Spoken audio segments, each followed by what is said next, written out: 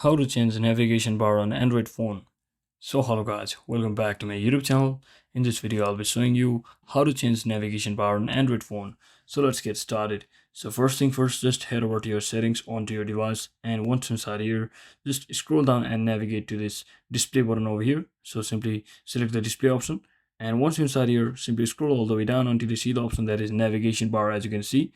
So from over here, you can basically manage the home, back, and recent buttons, or use gestures for more screen space. So simply tap on this navigation bar button over here, and as you can see, there is option that is buttons or swipe gestures. So you can basically change between your buttons or swipe gestures by tapping on one of these, and you could even change the buttons or navigation bar of the buttons of how it looks. So by simply tapping on this more button over here, you can decide to choose where you want to put your button order to be, just like that. So once you are satisfied, you can simply tap on open and okay, and simply come back to your home screen, and you are good to go. So that is it for today guys. Thanks for watching. Don't forget to like and subscribe. See you on the next one.